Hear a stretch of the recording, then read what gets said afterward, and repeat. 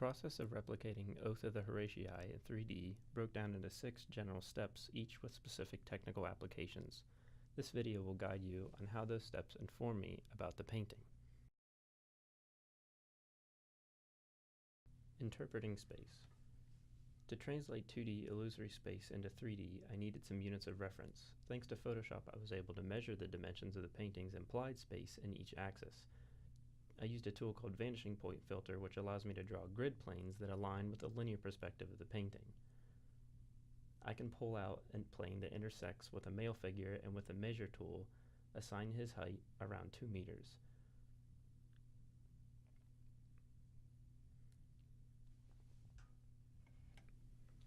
Once I extrapolate the grids, I have a sort of room representing the boundaries of the implied space, with units based off the average height of the man. Using the same process, I can match grid planes with elements in the painting and find the distance between. You can see here an example of measuring between the walls and then measuring the depth of the space. These measurements gave me a great place to start with the 3D space. But most importantly, they revealed the true dimensions of a space that is currently only under estimation. This step informed me about the true size of the space, which I discovered was more deep than wide, something I couldn't get from basic visual analysis. Translating space. Based on the measurements, I began to block in basic geometry. This was more or less a technical part of the process, using tools in Maya like polygon primitives and the distance measuring tool to make sure my objects were in the right dimensions and locations. I put in basic T-pose male figures at 2 meters tall so that everything was in proportion to my measurements, and then compared the human figure with the space. I found myself stuck between the correctly translated space based on measuring and the feel of the space based on visual analysis. I started introducing the Oculus Rift in this step.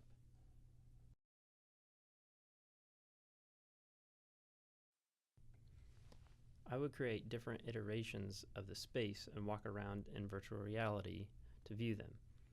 This part of the process contrasted with the previous step. While measuring this space made me more aware of the actual dimensions, translating it made me more aware of its feeling and illusion purely from a visual aspect.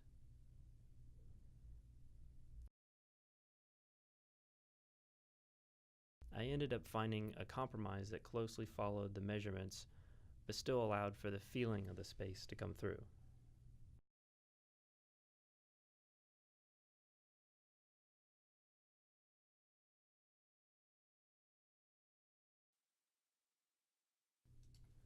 Poses. To save time, I use Autodesk Character Generator, which allowed me to download a fully modeled and rigged human which I can manipulate and pose like a puppet. They are, as far as I know, in correct human proportions. Using these pre-rigged bodies, I began to pose the male figures simply by matching them with the pose depicted in the painting. It was difficult at times to gauge depth since it was mostly a profile comparison. I started to notice some of the elements of the pose simply could not be captured. The first instance was the middle male's arm grasping the front male. The model's arm was not long enough to wrap around where it reaches the middle of the back like in the painting. In order for him to be able to, his thigh had to intersect with the other male. This raised some questions about the proportions of the figures in the painting. Upon further investigation, I found out the front male's arm is longer than normal in the painting, as you can see here. It almost reaches his knee compared to the model reaching his thigh. You can see some trouble here posing the front female, especially with her arm.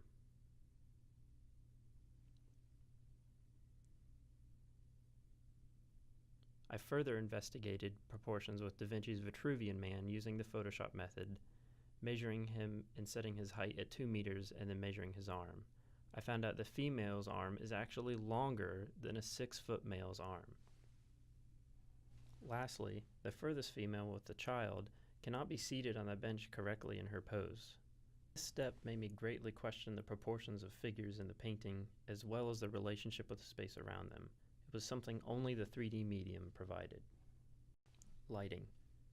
The real-time light changes in a 3D program enable me to see instant effects from changes to light sources. I use hints from the painting like the shadow direction and the casted lines to inform me on lighting aspects like direction, intensity, and the number of light sources. I also use hints like the shadows across the pillars to get a better idea of unseen elements in the painting, like depth, where a window might be,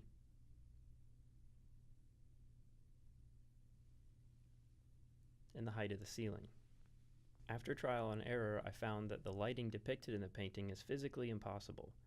No lighting setup or space could satisfy both the direction of the light implied by the figure's cast shadow and the location and angle of the cast shadows on the pillars.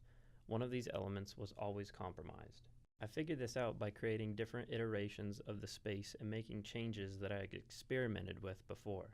As you can see, even with all possible windows in one form, no matter where I point the light, I just cannot get the same effect as in the painting. Either the figure's cast shadow is not lined up, or the shadow across the pillars is not there. This part of the process greatly encouraged me to look deeper into lighting and the ways and reasons it might be manipulated. I will admit that I was fooled by the light and never questioned its authenticity until I explored in the 3D medium. Textures. The process of replicating the textures did not inform me like the other elements. Since the texture images are applied as 2D surfaces, there was minimal disconnect from the painting. However, I did take note of the dynamic range of hues in one seemingly single-hued object. I could not sample one solid color from a surface to make a texture because there was a range of hues within one surface. The walls are a great example. They appear blue in some areas and magenta in others. This effect was mostly associated with light that again I realized was greatly manipulated by the artist. Optics.